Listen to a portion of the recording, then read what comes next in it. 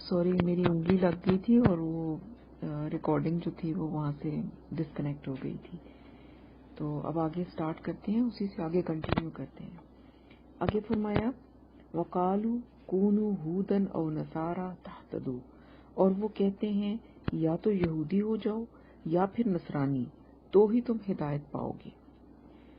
یعنی جو یہود اور نصارہ جو آباد تھے وہاں پہ, تو جب مسلمانوں کو آپ صلی اللہ علیہ وسلم تبلیغ فرما رہے تھے, دین کی دعوت دے رہے تھے, تو وہ یہود اور نصارہ کہتے تھے کہ آپ ہدایت کے راستے پہ اگر آنا چاہتے ہیں تو یا تو آپ یہودی بنیں یا آپ نصرانی بنیں, تو ہی آپ ہدایت پا سکتے ہیں, تیسرا کوئی راستہ نہیں ہے ہدایت کا.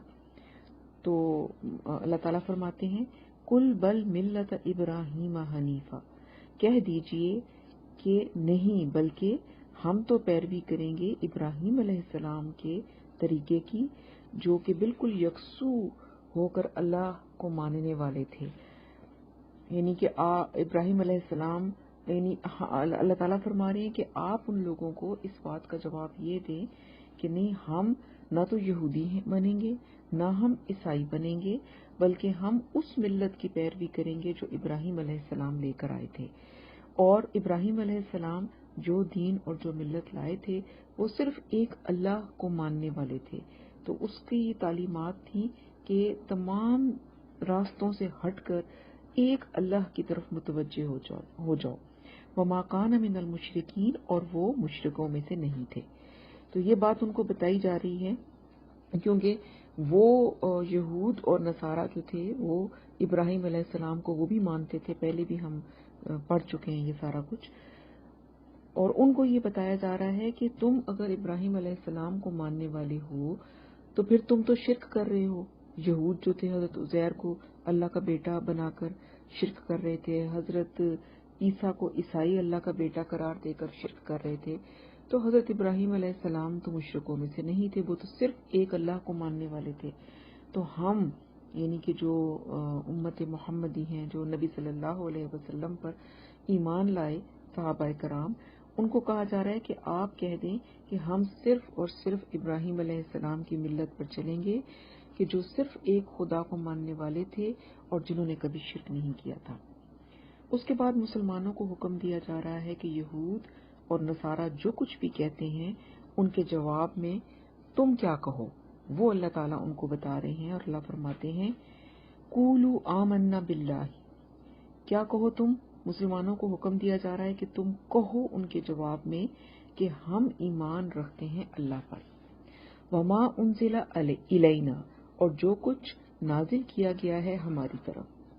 وما انزل الی ابراہیم و اسماعیل و اسحاق و یعقوب والاسباط, اور جو کچھ نازل کیا گیا ابراہیم علیہ السلام, اسماعیل, اسحاق, یعقوب علیہ السلام اور اولاد یعقوب کی طرف.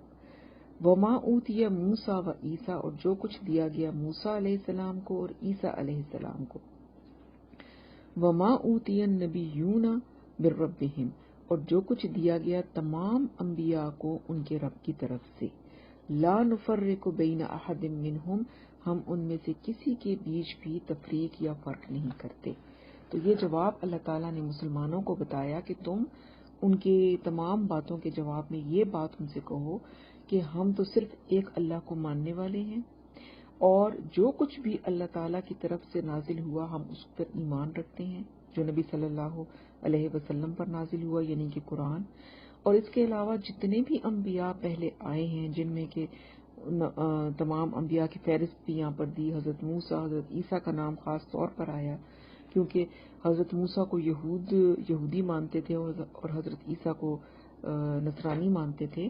تو بتایا گیا کہ مسلمانوں کو کہ وہ یہ جواب دیں کہ ہم تو ان تمام انبیاء کو مانتے ہیں جن کو تم اپنا رسول مانتے ہو, یعنی کہ عیسیٰ اور موسیٰ علیہ السلام, تو ہم تو ان کو بھی مانتے ہیں, اور جو کچھ بھی ان انبیاء پر اللہ کی طرف سے نازل ہوا ہم اس پر بھی ایمان رکھتے ہیں. یعنی تمام انبیاء جو تھے وہ اللہ ہی کی طرف سے تھے, اور وہ جو کچھ بھی لائے, جو بھی تعلیمات تھی ان کی, وہ بھی اللہ ہی کی طرف سے تھیں, اور وہ سب کی سب حق اور سچ تھیں. یہ تو بعد میں ان لوگوں نے تبدیلیاں کر لی نا اس کلام میں. تو اب جو کتابیں موجود ہیں وہ صحیح نہیں ہیں، کیونکہ اس کے اندر بہت ساری تحریفات چینجز آ چکی ہیں. اس لیے اب ہم ان پر اس طرح سے ایمان نہیں رکھتے، لیکن یہ ہمارا ایمان ہے کہ یہ کتابیں اللہ ہی کی طرف سے تھیں، اور جو تعلیمات اللہ پاک کی طرف سے آئی تھی وہ بالکل حق اور سچ تھی. اور دوسری بات کیا کہنی ہے کہ ہم کسی بھی نبی کے بیچ میں فرق نہیں کرتے. ہم یہ نہیں کہتے کہ وہ ان فلاں، ہم نبی صلی اللہ علیہ وسلم تو ہمارے نبی ہیں، ان پر تو ہم ایمان رکھتے ہیں، لیکن ہم حضرت عیسیٰ کو نہیں مانتے کیونکہ وہ تو عیسائیوں کے ہیں، یا ہم حضرت موسیٰ علیہ السلام کو نہیں مانتے کیونکہ وہ تو یہودیوں کے ہیں. ہم ایسا نہیں کہتے. مسلمان تمام انبیاء پر ایمان رکھتے ہیں. تو یہ جواب اللہ پاک نے مسلمانوں کو بتایا کہ آپ یہود اور نصارہ کی باتوں کے جواب میں ایسا ان کو کہو اور ان کو بتاؤ کہ ہم سب کو مانتے ہیں، ہم کسی کا بھی انکار نہیں کرتے. اچھا، اس کے بعد فرمایا وَنَحْنُ لَهُ مُسْلِمُونَ، اور ہم اسی کے فرما بردار ہیں، یعنی کہ ہم اللہ تعالیٰ کے فرما بردار ہیں.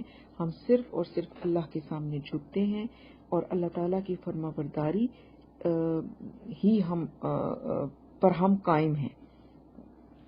اس کے بعد آگے فرمایا فَإِنْ آمَنُوا بِمِثْلِ مَا آمَنْتُمْ بِهِ، پھر اللہ فرماتے ہیں اے مسلمانوں، اگر وہ یہود اور نصارہ بھی اسی طرح سے ایمان لے آئیں جس طرح کہ تم ایمان لائے ہو.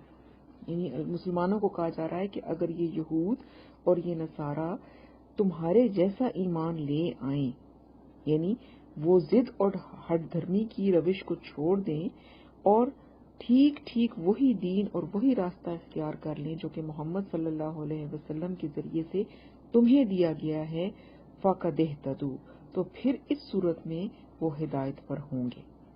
ٹھیک ہے نا؟ یعنی وہ کہتے تھے کہ ہمارے راستے پر آ جاؤ تو ہدایت پالو گے، تو اللہ نے فرمایا کہ نہیں، تم جس راستے پہ چل رہے ہو وہ ہدایت کا راستہ نہیں ہے، بلکہ اب ہر ایک کے لیے ضروری ہے کہ نبی صلی اللہ علیہ وسلم پر ایمان لائے اور آپ کی اوپر جو کچھ نازل ہوا اس پر ایمان لائے، تو پھر تب ہی وہ ہدایت کے راستے پر ہوگا.